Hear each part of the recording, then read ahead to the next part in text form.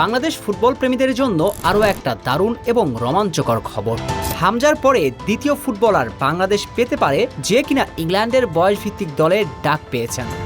তার প্রতিভায় মুগ্ধ হয়ে ইংলিশ ফুটবল পর্যন্ত স্বপ্ন দেখছে বয়স যার মাত্র 16।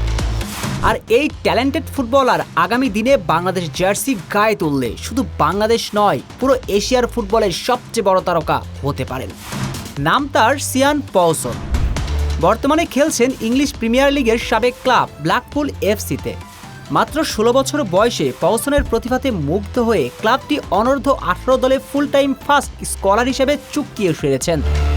মূলত ক্লাবটির ঘরের ছেলে পওসন, অনূর্ধ্ব 9 দল থেকেই তিনি নজরে ছিলেন। আরও রোমাঞ্চকর খবর হচ্ছে এই তরুণকে ইংল্যান্ড অনূর্ধ্ব 15 দলের ক্যাম্পেও ডাকা হয়েছিল।